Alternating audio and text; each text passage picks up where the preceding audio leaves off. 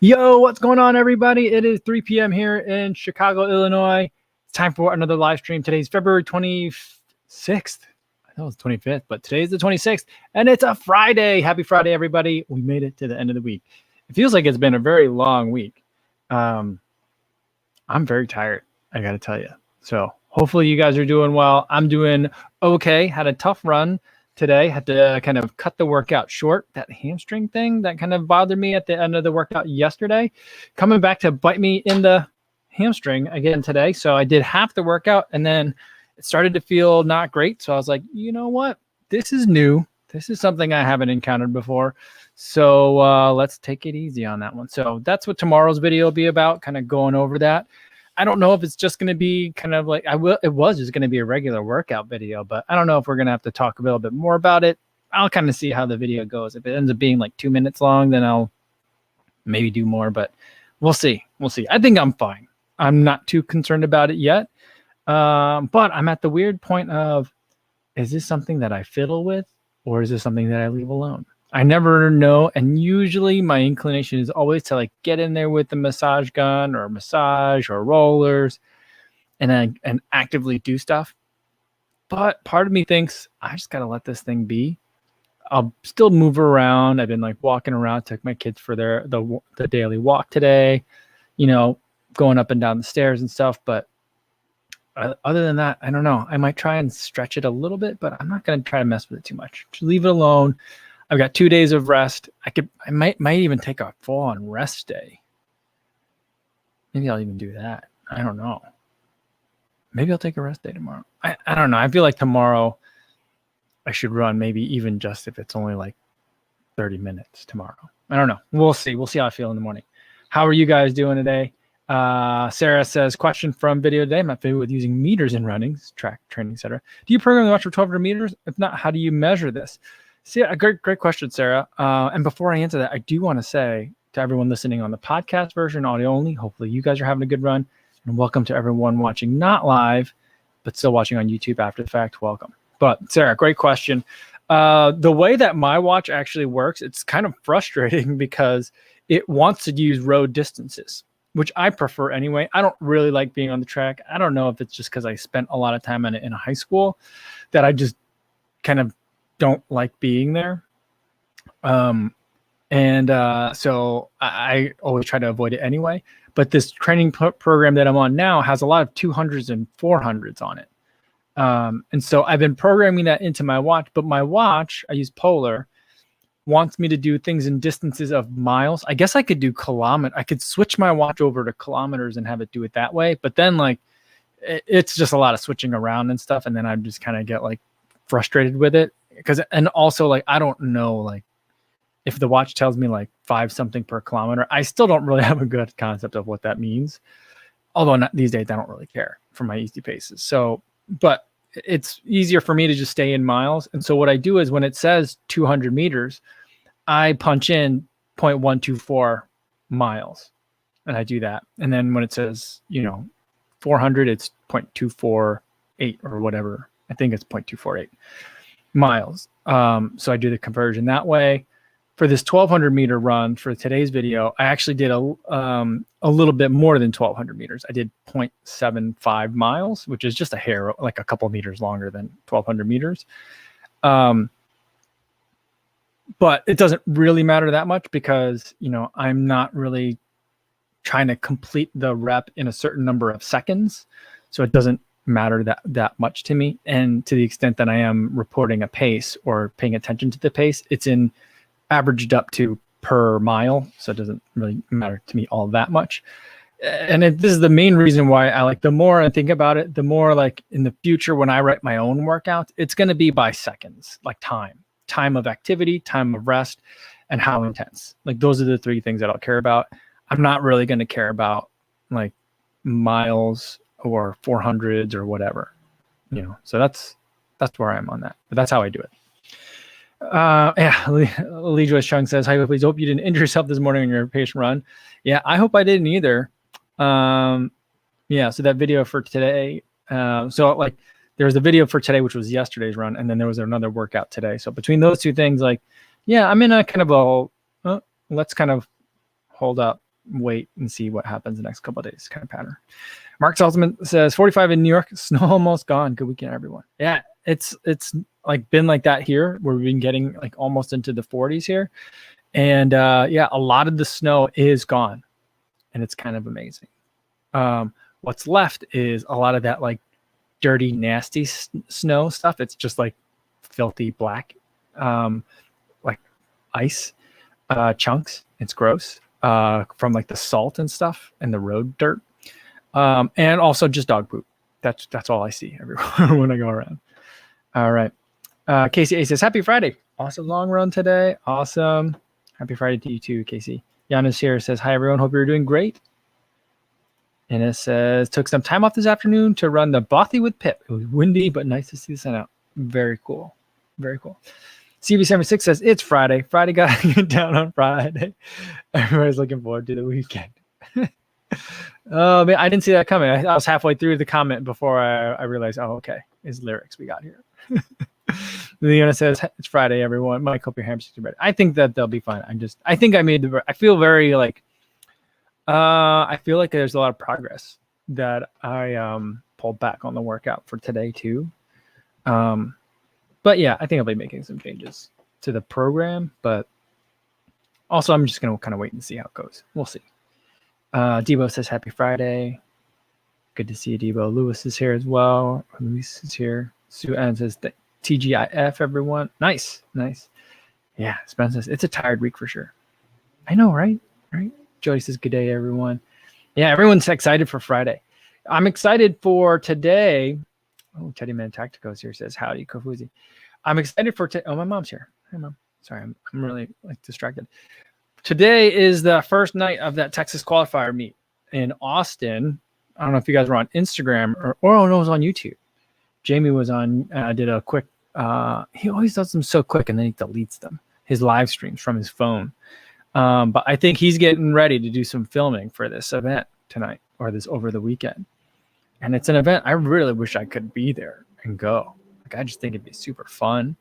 And I just think there's going to be so much firepower there. I think that people are not, I think what's going to, I've been trying to tell people about it a lot all week, but I think what people don't realize is just how many people are going to be there. And like some people weren't announced until recently, and some people had kind of mentioned it in like either podcasts or in their social media, but they weren't really like talking about it yet. I don't know like what the deal was from like Sidious Mag, who's putting on this track meet.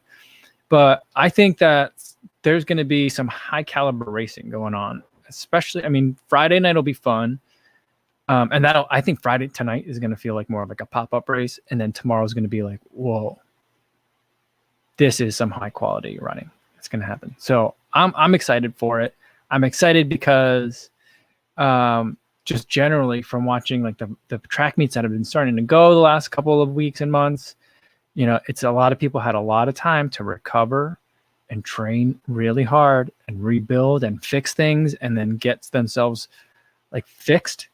And now they're back and firing on all cylinders or bust and rust and trying to get firing on all cylinders. So I think it's going to be some interesting racing that's going to happen.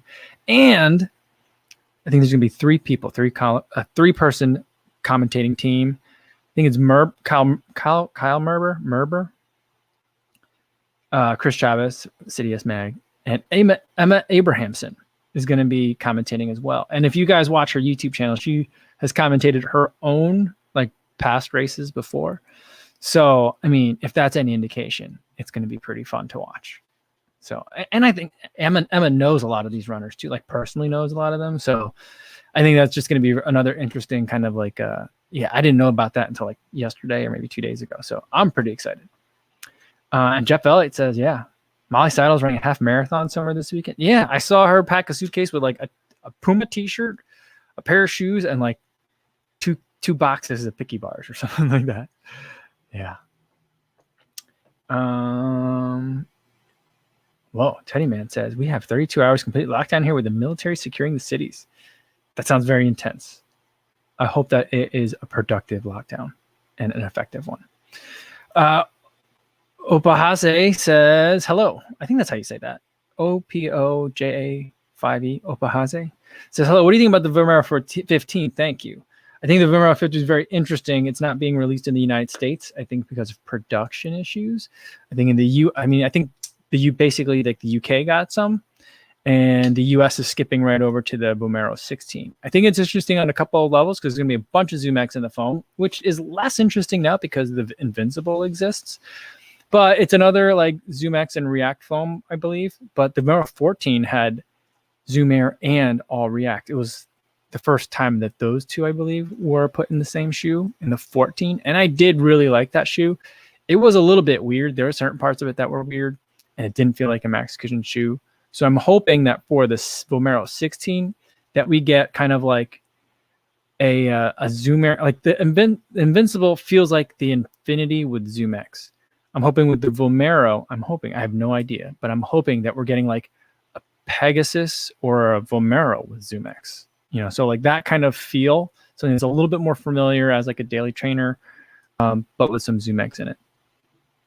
So that's kind of what I think. I'm pretty excited for it, especially because for a while, I thought the Vomero was dead. I thought it went the way of the Zoom Elite, and I thought it was just quietly killed off. And then people were like, oh, by the way, here's the 15. It's got Zoom X in it, and no one's going to get any. So it was just kind of like, it's been all over the place. All right. Martha says, I'm excited because next Friday they get their second Pfizer dose. That's amazing. Very cool. What are you going to do after you get it? I mean, I suppose it takes some time for like that second dose to kind of like kick in, and then what? And I think you said you had some travel plan. That sounds amazing. I'm quite envious. I'm very happy for you. CK Storm said, had a great laugh on my evening run last night listening to the podcast. Awesome. Well, I'm glad it worked out. I mean, yeah, because I feel like there's certain times where a person might want a little bit more of a serious podcast to listen to. Sometimes when people want just music to listen to, and sometimes you might want a couple giggles. I feel like that's where this podcast kind of comes in generally.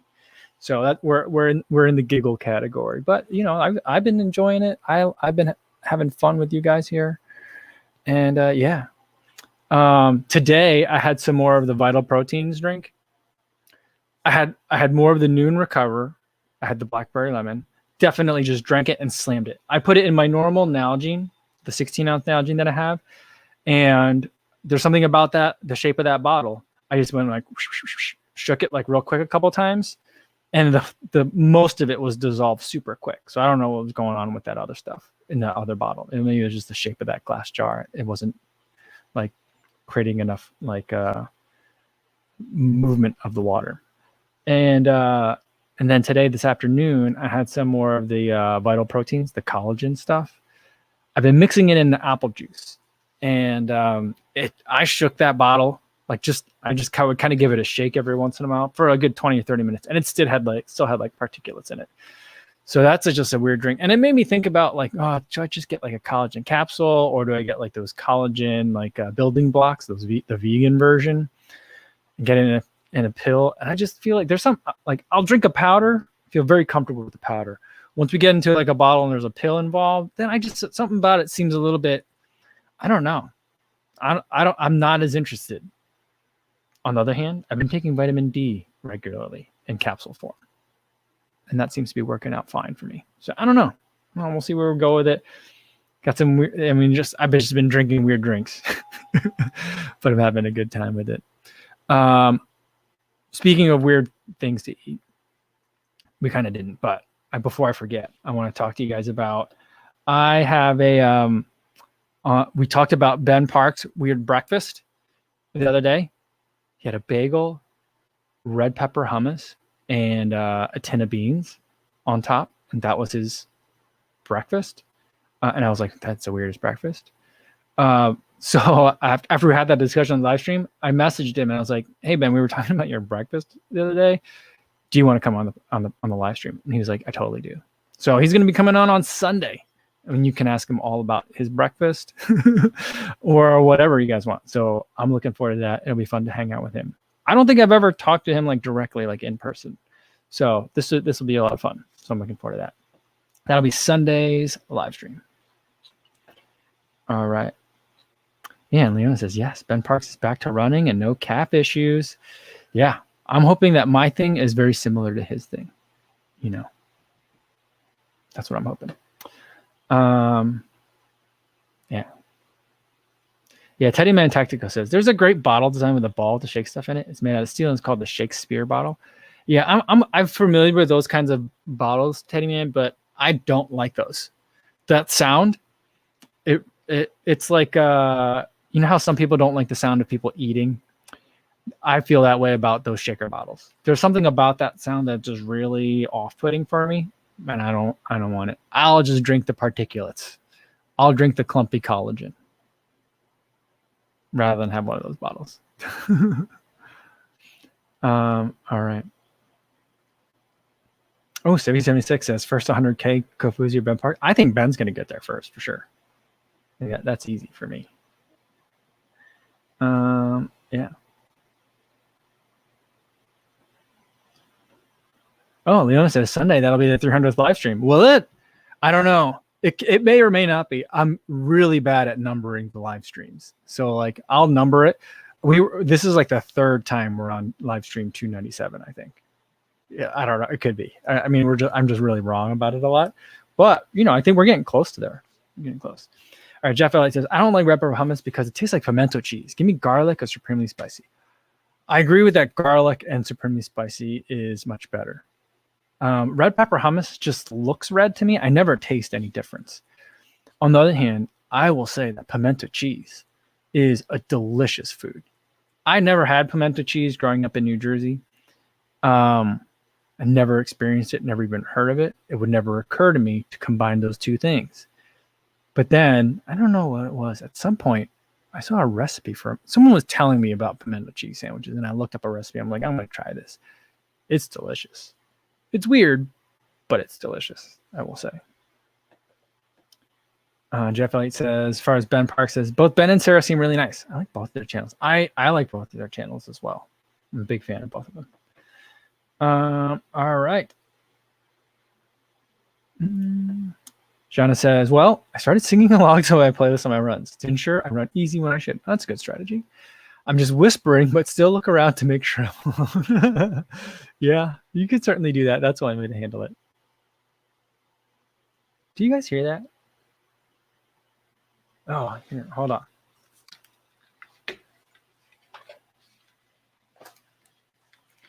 I was hearing something weird, and my kids had left a fan on. And the way it was registering on the microphone and then my headphones, it sounded like an office phone was ringing. And I was like, where's that coming from? But it was just a fan for some reason. All right. Joy says, woohoo, looking forward to Monday's live stream. Yes, it's Monday for you, I think. Sunday for everybody else. It'll be like 9 p.m. UK time or London time, GMT. I think he's GMT. And 3 p.m. for us. So yeah, so that'll be it. Sean Carroll wants to know, Kofuzi, ever seen the On Cloud running shoes subscription that's supposedly a greener alternative to shoes? Would be interested in your take or if you get any info from the company. I'm familiar generally with the idea. I'm super intrigued with it for two reasons. Because I love all these like recyclable or recycled or more environmentally friendly options that are coming from the brand. I'm super into it. Maybe it's a trend, but I'm hoping that it's a trend that takes hold and that in the future, it's not like a selling feature anymore because they're all just that way. That's my hope. But that's one thing that interests me about that shoe. I'm also interested in this shoe because as far as I know, it's the only On shoe that doesn't have clouds. And I've been saying for, I think, a couple of years now, I think that On will take off. Not that they're not taking off now, or not that they're not doing decently right now, but I think they'll really explode once they get rid of the cloud technology. They could still keep it on some of their more max cushion shoes or their more max cushion trail shoes, fine. But I feel like for a big part of it, once they kind of like leave that gimmick, I think then that their shoes, that company will really take off. Kind of like, well, I don't know. I want to say kind of like the Reebok has done much better since having like abandoned pump technology, but I'm actually not sure that statement plays out. So maybe I'll be wrong on that, but that's my hypothesis. So yeah, so I didn't realize it was a subscription though. That's interesting. Yeah, I mean, I remember I'm interested in both the On take on this kind of shoe and also the Solomon take as well. I'm on the email list for both, or I think I am. I haven't heard anything. I haven't heard any updates. All right. Let's see. Sorry, I'm kind of falling behind on some of the comments, but I'm going to try it. Kirsty says, what's going on Sunday? Sunday, we're going to have a guest. Ben Parks will be here. So I'm very excited for that. All right. Videos. That's an interesting YouTube name. Video says, Heiko, love your work. Maybe you could have a call-in questions like talk radio instead of comments only. Not sure how. I've done that before. There's a way I can do it. I was doing some beta testing for Google for an app called Radio. I think it was Radio something. I forget what the name of it is. And basically it was like a call-in show. And you get a number that people can call in. But it gave us a lot of problems. And yeah, the pace of it is very different and very jarring to go from like a phone conversation back to the chat that's on this side of the screen. So it had some issues with it.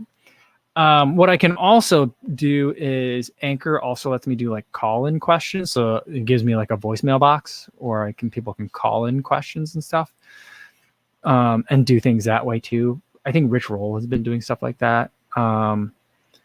I don't know I don't think he's using Anchor, but he's been doing something like that to answer questions. Seth Godin has been doing that for I think years, where people call in with questions. And like what is it, Freakonomics? They do that all the time too, their podcast. So like it's something that people have done. I've thought about it, but it just gets very I feel like it's very difficult for flow reasons. So it's not my favorite, but I do really like it. The idea, but I'm trying to find a better way to incorporate in a way that still works well with the chat that's going on the side. Bastian Gorm says, Kofuzi, what is a good way to train the knees for running longer distances? I have a knee pain after every run, like a stiffness, but not really during the run. That's interesting. I will say that, I mean, one of the things that I would number one do is work on strengthening the knees. So a lot of single leg exercises, making sure that you're not developing any imbalances. And the second thing that I would work on is running more. And so I think that's how you build up the strength in the knees to be able to run longer distances. But I think the big caveat to put in front of all of that is just to make sure that like the knee pain that you're getting is just like my knees are hurting and is not some sort of other big like hint of a bigger problem. And that's the thing that I think people have to be careful about with knees, is that like, is this your knees way of telling you like, hey, there's some potentially very bad things happening here, you know, and this is my way of telling you to like, hey, take care of this. I think the way that you would probably find a lot of that out is to incorporate a lot of like mobility and like leg strengthening work into your routine to strengthen the joint. But that will also tell you if like, oh, there's actually something else that's very wrong that's going on in there. So that's kind of the thing that I would look for. The other thing to do is just check to make sure your shoes are fresh. I mean, I know a lot of people like to squeeze every last potential mile or kilometer out of their shoes, but for me, it's like, you know what? It's very likely that I'm not going to be 100% exactly correct on the precise moment to get rid of a shoe. Very likely that I'll mess that up. I would rather err on the side of, I left a couple of miles in that shoe versus, ooh, I ran a couple too many miles in the shoe. So that's kind of how I feel about that. All right. Willing says, do you think Ben Parks wears pink gloves so people will recognize him? I know he runs with gloves on, but I didn't realize that they were pink. I mean, I just didn't notice it. I don't really notice a lot of color a lot of time.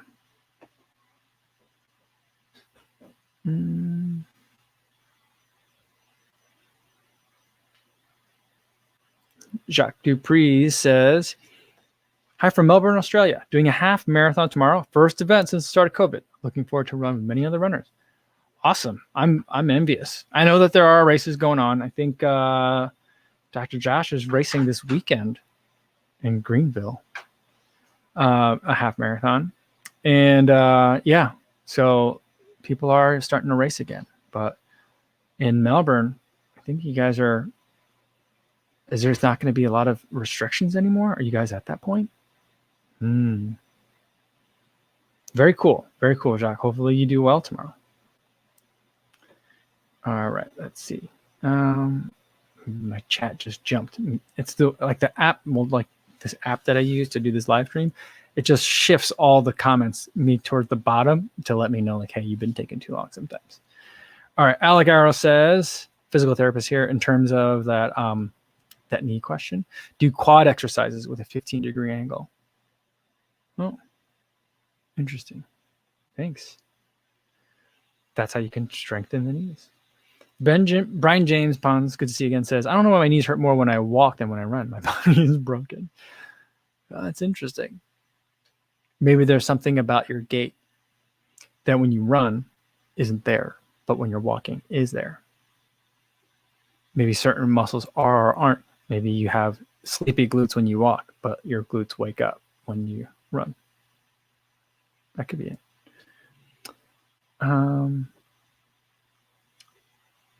It's Jaru says, was ordering Peg 37s, half size up because my medium might be a good idea. Just ordered them 10 minutes ago. I don't know, but I think you'll find out soon, I guess, like about 2 days. If you have medium wide feet, my question is, why didn't you go with the wide? Because don't they make, I'm pretty sure they make the Peg 37 in a wide. So like, what's the thinking there? I think that if you do have medium wide feet though, I don't think it'll hurt. Here's why I don't like sizing up. I really don't like sizing up. I'd rather just deal with a shoe that feels a little bit too snug than size up. I detest sizing up. I just feel like it really changes the dynamics of a shoe when you size up. I don't think that like when people talk about heel drop, I've been trying to tell people for years that heel drop isn't that important of a number. But here's one example where it like kind of can be like somewhat useful or instructive. Is that like I think the shoe behaves a certain way, assuming that the fulcrum, where basically where your toe off the ball, the pads of your feet are going to be in a certain spot of the shoe. If they're not for you, then I think it messes up the shoe. So I just think that it just throws everything off when people are intentionally getting like at a different size. I understand that everyone's feet are different, and sometimes like you don't fit squarely within the sizes or even the half sizes. But yeah, I mean, I think that if you're constantly in between, like you don't quite need the wide, but the regular is a little bit snug, then going a half size up, I don't think is a bad idea, but I don't love it. But let me know how it goes.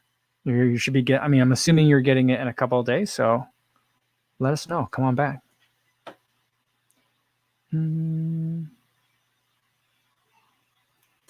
Tal Nehama says, hey Mike, did you try running in the Arahi 5s? For some reason they felt more comfy than the Clifton 7s for me.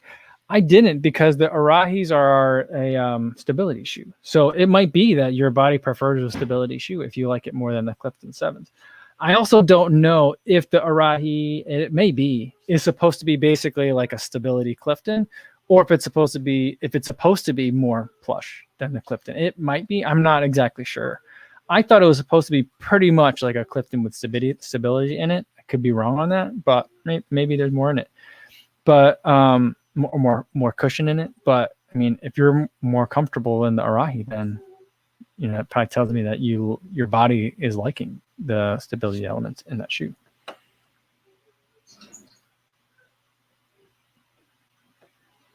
All right, Nana says, one more try. What should the peak mileage in a week when training for sub 2 hours half marathon in a 14-week training plan? I'm currently comfortable running 40K in a week in regular training. Okay, trying to do the math here. 40K. What's that in? So every 16K is going to be 10 miles. So you're doing like 25 miles a week. To get under 2 hours, I mean, it kind of depends on how long you've been, a lot. It can be a lot of things. But I think that if you're looking to improve and you've been consistently and you're comfortably running like 40 kilometers, or I guess like 25 miles a week, then I'd say if you're in a 14-week training plan, I mean, when are you starting? Because like I think getting up to like 35 to 40 would be great. but 40 would be really quick to get there in a 14-week training plan. That's a lot. So I would probably say, or 40 miles a week, what's that kilometers? That is 60 kilometers a week. But I think that'd be really quick.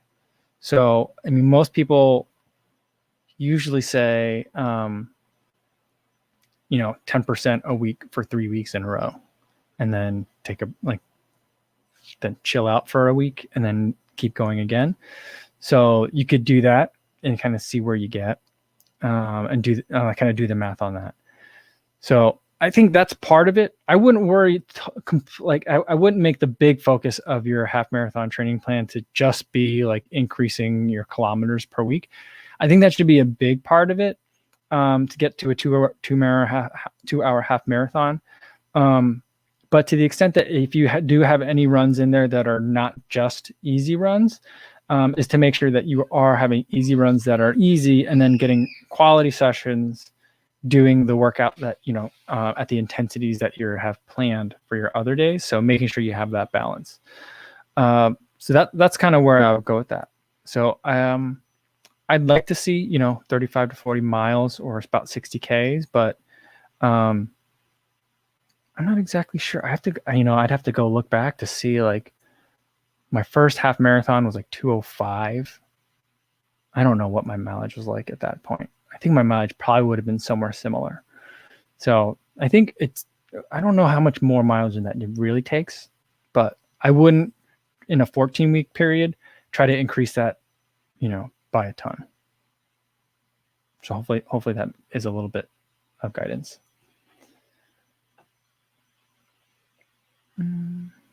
All right.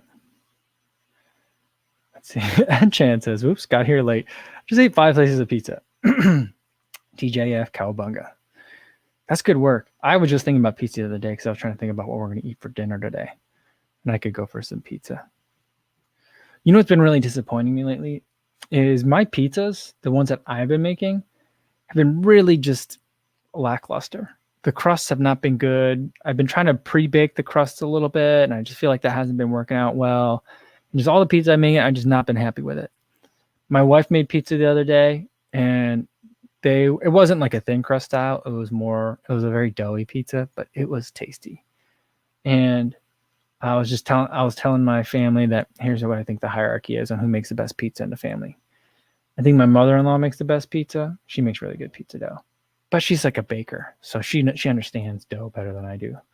And then I think my wife makes really good pizza, and then like third place is me. I think I make way more pizzas than everybody, so I've got no excuse, but I'm still coming in last. All right, Corey Villancourt says, "Hey Mike, just ran in the Carhu shoes for the first time. Have you run in them before? And what do you think?" That's the Fleet. Is that the Fleet Feet brand? I've never tried those. They're I'd say they're not that interesting to me. I don't know. I think if someone was like, "Hey, you want to try these Carhus?" I'm like, "You got any 361s? I'll try that." So like, I think I'd rather try a 361 first before a Carhu, but because that's not high like on my list. I don't know. There's just hasn't been anything to like really jump out at me about it. I don't know why. It sounds like the exact type of thing that I would love, though. Well, Ricardo Karagiri, good to see you again, Ricardo. Says, "Happy weekend, all. Going to try and run a marathon tomorrow. I'm trying to get in 1 marathon a month. That's a lot of marathons. Good luck. Let us know how it goes. Hopefully we'll see you tomorrow, and you can tell us all about it."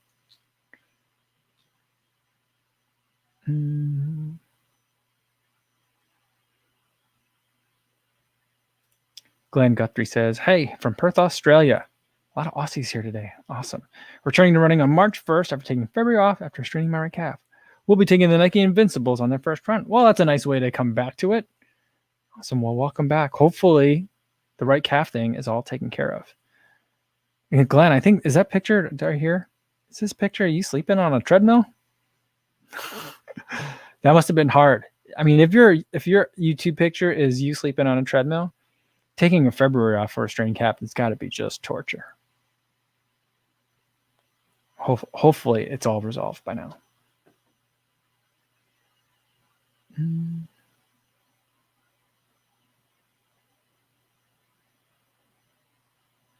Link 130 boy says, interested to see how your body reacts to 2 workouts in a row. Threshold workout on Wednesday, 30 minutes at 8:22 per mile. Usually easy runs around 10:30. Thursday rest. Friday easy at 11 minutes per mile, 45 minutes. Yeah. I mean, that's. I mean, I'll give you guys the answer. I'm debating whether or not to put it in the video for tomorrow or make it like the Monday video. But I think I'm going to switch the plan because it's got these back-to-back workouts, and I'm going to switch it. I'll save you the rationale for later, but I think I'm not going to do back-to-back workouts. I mean, part of it is I don't think that back-to-back speed day plan is written for a 41-year-old non-elite, but that's part of it. But I think there's other reasons why I don't think I don't really need it. So yeah, I'm not going to do these back-to-back workouts anymore. I mean, I don't know. I may or may not. I think I need to that's my gut reaction right now after the workout went today.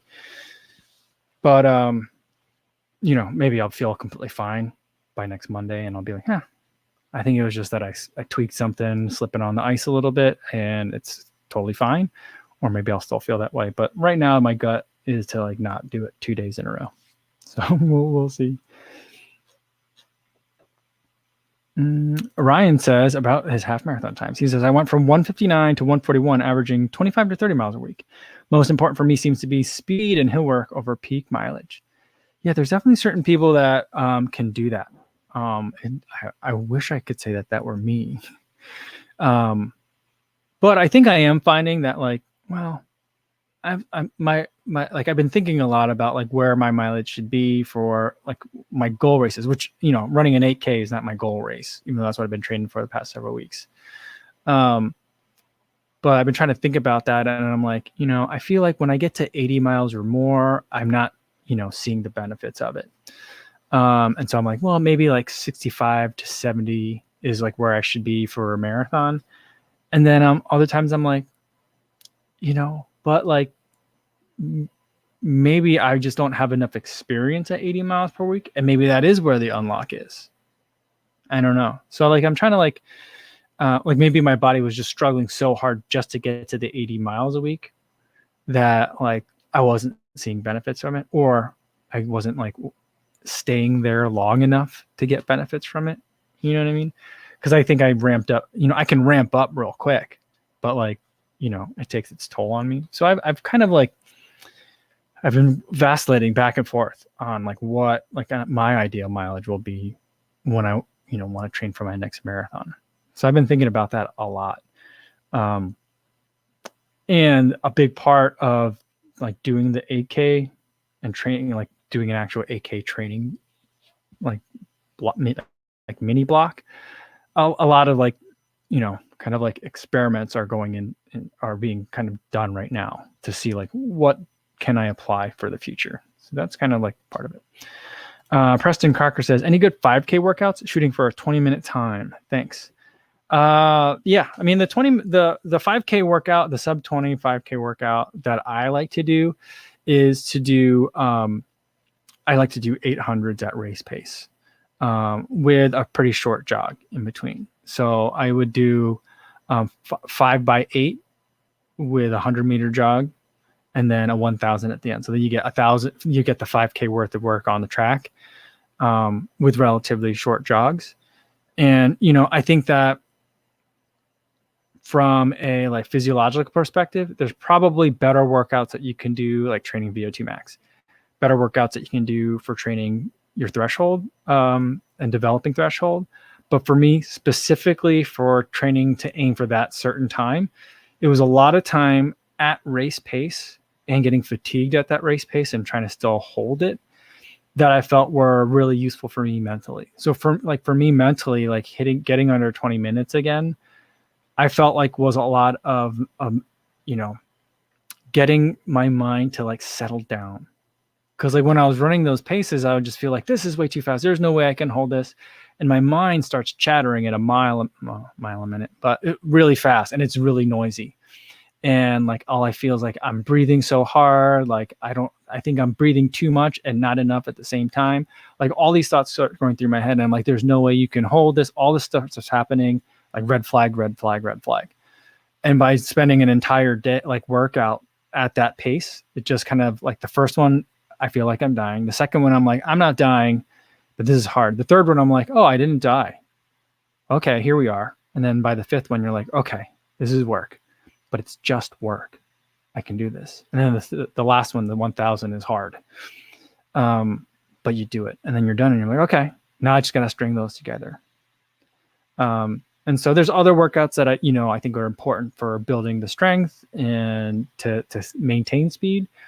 And then other workouts that I think are good, like threshold workouts for maintaining the aerobic level to work like that, work for a longer distance. But for me, like for building confidence, a lot of reps at race pace. This seems to be something that I really need a lot. But maybe a lot of people, other people don't need that, but I certainly do.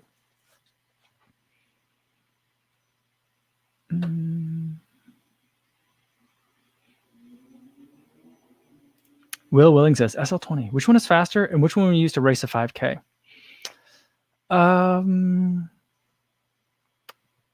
think, I don't know. I'm not sure which one is faster. I feel like if I could put the upper and outsole from version 2 on the midsole of version 1, that would probably make me the happiest for racing. But for running fast workouts in it, I think the version 2 is better in a lot of ways. The version 1 upper is beautiful, but it's so strange. I feel like it just straight pulled off. I've been looking around at soccer shoes to try and be like, aha, that's the one. They just took the same upper from that shoe and put it on this SL20. I haven't been able to find it yet, but like I periodically will just like peruse Adidas soccer shoes because I'm like, this upper makes no sense as a running shoe. But it's so because it's really weird. And the version 2 is a much nicer upper for running. I actually really like it. But Adidas has always made really, really great running uppers when they want to make a really good running upper. So that's not a big surprise to me. And I just do really like the outsole. It just feels very grippy. I don't know if I just like the look of it more, but I just feel like there's a lot of grip and not a lot of ostentation. Like it's like the anti Ultra Boost 21 outsole. So it's really nice. So I'm probably leaning towards the version 2. I keep calling it the 21, but the SL20 version 2. I would lean towards that.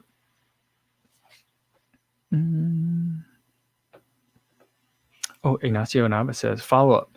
How do you judge if a shoe's too tight then? I was talking earlier about I don't like going up a size.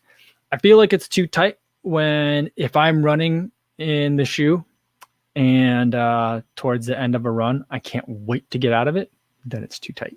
That's kind of how I know. Other signs, like, I feel like the Alpha Fly, I ran into the Alpha Flies the other day. It didn't mash up my big toes this time. Either that or my big toes are already dead. Like the toenails are already dead. One has been black for like 4 months straight. It's either that or because I'm not running on hills anymore, since I'm not in Iowa anymore, that maybe on flat, it works better for me. But my pinky toes are pretty mashed. And even when I put the shoe on, I can see like there's the regular silhouette of the shoe. And then there's like the silhouette of the shoe and a little bump for where my pinky is. So, and my pinky toes today have been very uncomfortable for the past since I wore those Alpha Flies. So that's kind of one way I noticed. But I remember for like the Turbo version 1, the first color that came out, there was the punch, the pink punch or something called it, and then the black. The first version of the black that came out was too tight. There was something wrong with it. They then like released more of them like later that year, and those didn't have the problem anymore. So like Turbo version 1, like the first kind of like couple months that were made were wrong. And then they fixed it without like really, there's no identifier for it, but they fixed it later on. But that one was too tight. And what would happen to me is like on a long run, by the time I was like at mile like 13 to 15, and I had the shoe in the summer, I was like, I got to run through some water to loosen this shoe up because my feet, it just hurts my feet on the front. It just feels like it's squeezing my feet.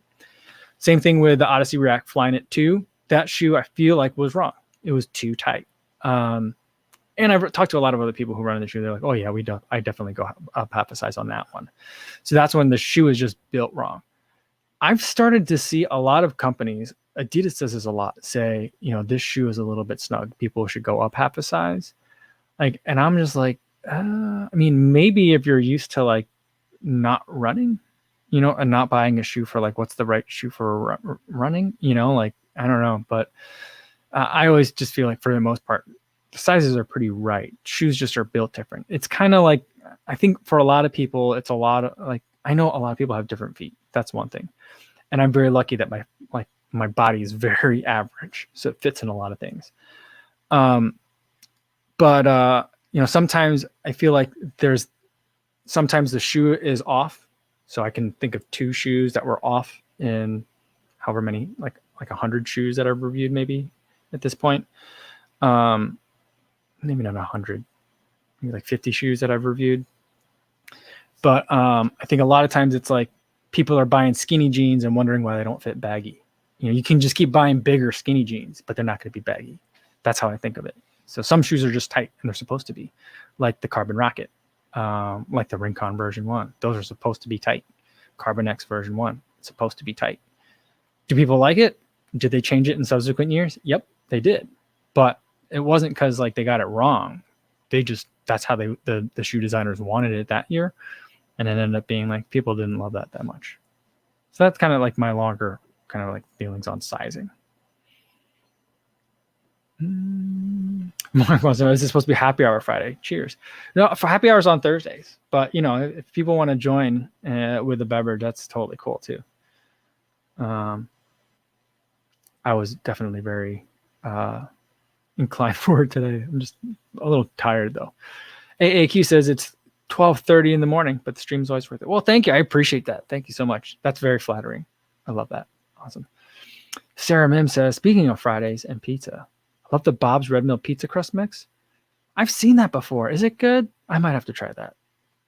We'll have to see. I need a secret weapon. I got to catch up to my wife and my mother-in-law because they've been kicking my butt making good pizzas. So I need an edge.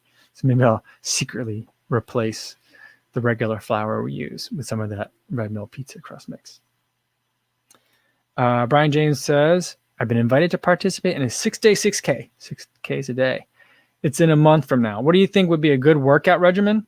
A good work. I mean, are you racing it, or is it just to have like a relay, a fun way to do to complete the challenge? I think your objective tells you what you need to do for it. But if it's just about completing the challenge, kind of like people are trying to just complete the challenge of the 4x4x48, like the Goggins challenge thing. But if you're doing 6Ks for 6 days, I would say right now is just to run every day for a while. It doesn't have to be 6Ks every day, but just run every day, get out there and just get your body accustomed to like having to do something on one day and then recover and do something again the next. And I would recommend don't go hard on those days, but just make sure you're doing consistent work on those days. That's what I would do. Cameron Bright said, I made the most decadent pizza of my life this week. What? And the secret sauce was spicy pizza sauce, which I never used before. Interesting. I do like red pepper flake on my pizza. No one else in my family likes it. I like hot sauce on my pizza as leftovers. I usually don't like it hot sauce on my pizza first time around, but as leftovers, almost always. But yeah, if you get like a little arrabbiata, like a little spicy marinara, I think that's good. I don't know how spicy your spicy pizza sauce was. There used to be this place in the Loop downtown by my office that sorry, the dog's barking. They're vacuuming out in the hallway and the dog's freaking out. But there used to be this like one of these like My Pie or Blaze Pizza, like the pizza on demand, like kind of Chipotle but with pizzas. And I would always get jalapenos on it. So good. I normally don't like jalapenos on pizza, but there I would always get the jalapenos on the pizza, and it was just really nice. I miss that place a lot. It went out of business years ago, but I just absolutely love that place. I used to eat there like 3 times a week. I miss it. All right. Rick Sutters here says, hey, everyone, got here late. Just ran an easy 8.5 with 8 strides. Nice. Celebrating with pizza and beers tonight. There you go. There you go. I think that's pretty much settled that we're having pizza for dinner today. I'm hungry.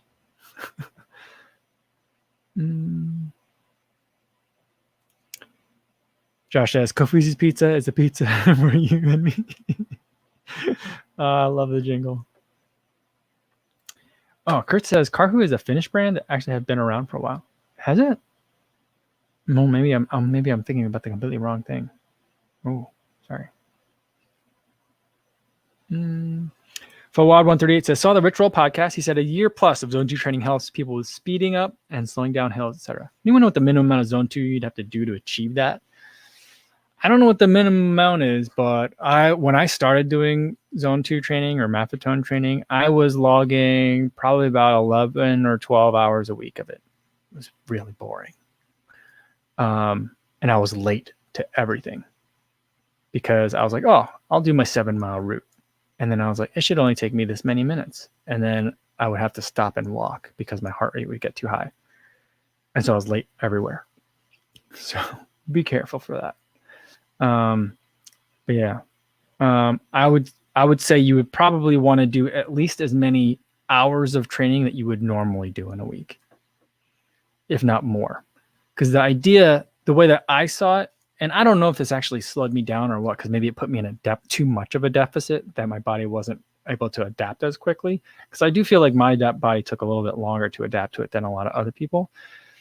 I thought the way I saw it was Zone 2 running is so easy, you could do it all day. So I put that kind of like, I took that to its like illogical conclusion. So I did kind of try to do it all day, a lot of time. AAQ says, how are the tempo next percent? Think of using for off day runs where I usually use the Peg 36 and alternate with the Alpha Fly, but the price. I don't know. It seems to be like some people love them, some people don't care for them all that much. I don't want to say some people hate them, but some people love them and some people are just kind of like, well, these are okay. I'm not that interested in them, but you know, mainly because of the price and also because the stack height's like really crazy high.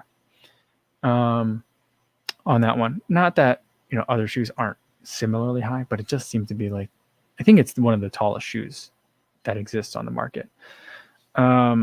But I would use that for a day where you're looking to run fast. So, I would say I would not really recommend them for an off day, at least for what I understand what they're best at. I think they'd be great for a day where you want something that kind of feels like the Alpha Fly, but you don't want to put all the miles in your Alpha Fly. That's where I would kind of use them.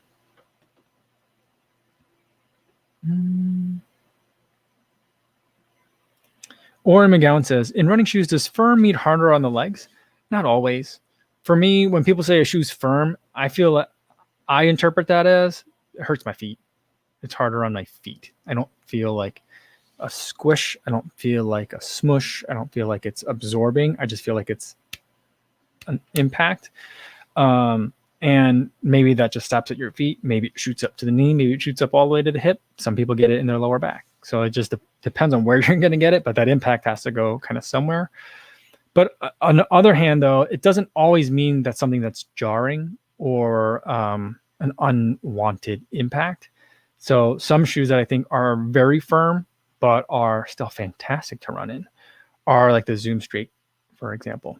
That is a fantastic shoe that used to be Nike's marathon racer, but now people use it for like racing road 5Ks and 10Ks.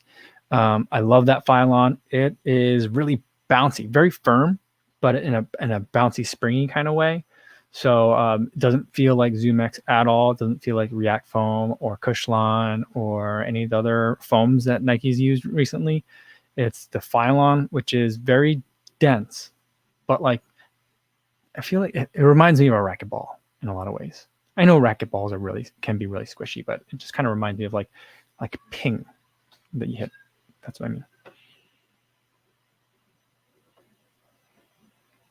Talna Hama says, Mike, do you keep switching shoes from one workout to another? Which shoe do you use for your faster and shorter workouts at the moment? I do switch just because I have a lot of shoes that I want to like test and get through. So I kind of like to spread it around a little bit. I feel like the new super shoes are going to be coming out, in a couple months. So I feel like I'd like to try to get some of these shoes to 100 miles to kind of just do some longevity on them. But on the other hand, I'm like, oh, I want this shoe. I have the luxury of I have a lot of really. I'll probably end with this one. I have a lot of really great shoes that I like to spread around with. So the way that I pick it is like if it is there's like easy day shoes for me, and then there's which can be either the daily trainer or the max cushion shoe, and then sometimes even like the tempo day shoes that are not carbon plated, I might just run in them in easy day just to see, to add some miles to the shoe and just see how it is. So that's kind of like, but that's more for testing purposes than it is because that's the shoe is well suited for that. So those are kind of like the three ways that I might use those shoes in easy days. For my hard workouts, there's usually kind of like three kinds of like workouts. One would be the fastest, which would be like when I'm doing like right now, I'm doing like the 200s and 400s, getting ready for an 8K race. Then I might pull out like a carbon plated shoe, the fastest shoes that I kind of have, that have probably the most like rigid carbon plates, or might have the lowest stack heights. That's been tempered a little bit right now because of the weather. So those shoes tend to also not have a lot of grip. So I haven't been able to use some of those, like the Meta Racer I haven't used lately, although that'd be a great shoe to be able to run in some of these workouts. But like I'll use shoes that I normally wouldn't consider to be like marathon carbon plated shoes for like those super intense short workouts. Not that the workouts are short, but the reps are short. Then I have other things that are more like threshold pace work. And that I can use either the half marathon racers or the marathon racers for that. Both of those fit fine. And then I might have like a long run with moderate miles or marathon pace miles in it. And then I'll use like the shoes that I might race a marathon in. So those kind of like how I might divide it up. That's how I pick. I don't think that everyone needs to get like that many different kinds of carbon plated shoes. Certainly if you want to, it's a lot of fun. But I don't think people really need to do that. I think that, get like the carbon plated shoe you want. And I think you can do all those things in all those shoes, or a shoe like the Endorphin Speed or the Tempo Next Percent that's supposed to be like the training companion, or even the Fuel Cell TC. That's another great one for that kind of stuff, where you can use it for all those different kinds of workouts, and save like your miles on your racers. So that's kind of how I pick. Oh, and you want to know which ones. So for like, if I were doing a moderate effort, let's say I was doing like a 15, 20 mile long run with like a bunch of marathon miles in the middle. I mean, that I could use pretty much anything. I could use an easy day shoe or whatever. But like if I were to pick a carbon plated shoe for that, I might reach for like the Alpha Fly in that situation, or the Endorphin Speed, because that has the nylon plate that's pretty easy for me to bend while I'm running. If I'm doing threshold work, the Alpha Flies are good, but I'm loving the Adios Pro for that. I'm loving the Endorphin Pro for threshold level work. If I'm doing 400s and 200s, like shoes that I would love I'm loving the RC Elite. I'm loving the Meta Racer. Those would be ones that I'd be really looking at. Yeah, so those are just some examples. All right, that's where I'm going to leave it there. I went a little bit long. Sorry, guys, but that's going to be it for today. Tomorrow's video, I'll talk about cutting today's workout short. These back-to-back workouts I was talking about. I'll talk a little bit more about that. And then we'll do another live stream in the afternoon, same time, 3 p.m. Central Time. Hopefully I'll see you then. In the meantime, be safe out there, everybody. Thanks.